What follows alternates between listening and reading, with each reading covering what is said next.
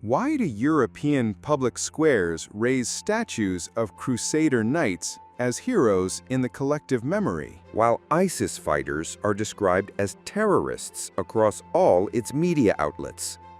Did not both organizations claim the sanctity of war? Did not both shed blood? This question is not answered with emotion, but with deep historical analysis. That reveals the difference is not in the soldier who carries the weapon, but in the narrative written for him and the power that moved him as a pawn in a grand chess game. Two sides of the same coin, the soldier who does not know his true enemy. Let us compare a Crusader soldier and an ISIS soldier based on specific criteria: the promise, the enemy, the victim, the leader, and the result. The time periods are different: the Crusader soldier 11th century and the ISIS soldier 21st century. The promise: for the Crusaders, forgiveness of sins, paradise, spoils, and land.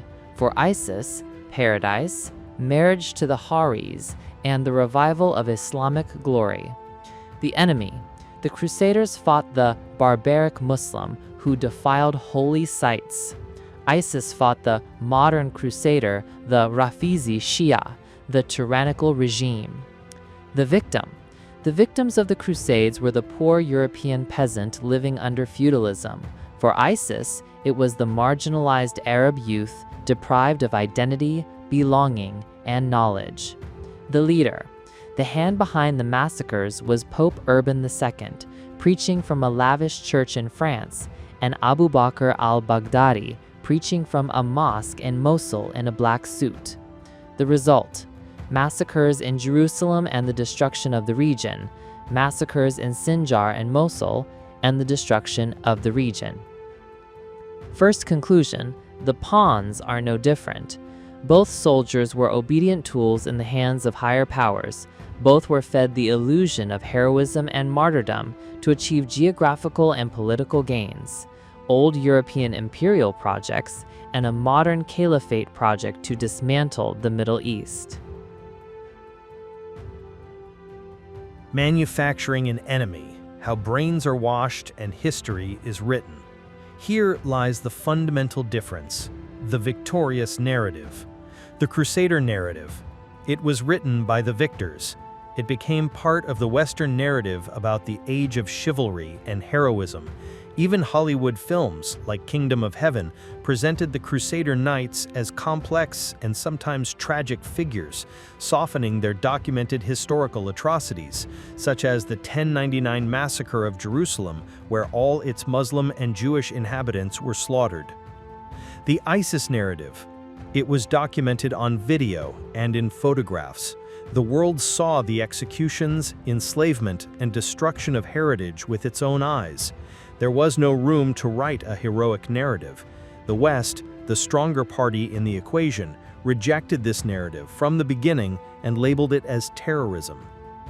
An example of documentation: the Muslim historian Ibn al-Athir described the Crusades as a great corruption and a calamity the like of which had never been heard, while the UN Human Rights Observatory documented ISIS's crimes against the Yazidis in international reports.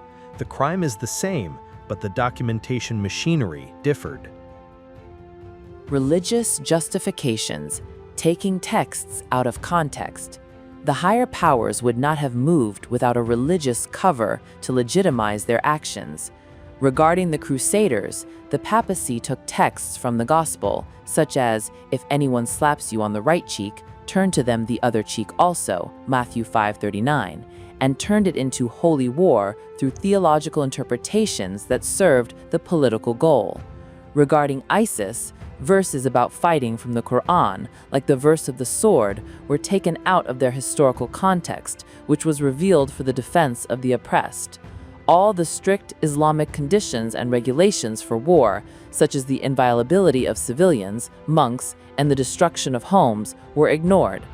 The bitter truth: both organizations hijacked religion to achieve political goals, and both were later condemned by official religious institutions. The Vatican apologized for the Crusades, and Muslim scholars unanimously agreed on the apostasy of ISIS. Towards a peace that acknowledges the wounds of the past and does not repeat its mistakes. The issue is not about who is more evil, but about who is more capable of writing their own narrative. The lesson that transcends both the Crusaders and ISIS is that a human being, when deprived of dignity and identity and fed on fear and hatred, can become a tool of destruction in the hands of those who possess power and money. The path to global peace does not begin by denying the other, but by acknowledging their wounds. Acknowledging that the Crusades were a colonial invasion that led to human tragedies. Acknowledging that ISIS was a natural product of policies of chaos, sectarianism, and the marginalization of people in the Middle East.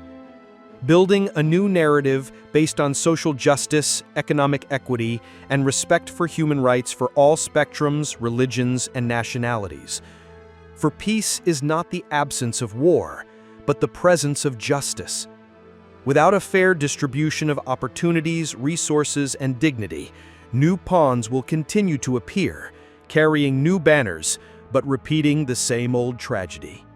History does not merely teach us something, but it also warns us.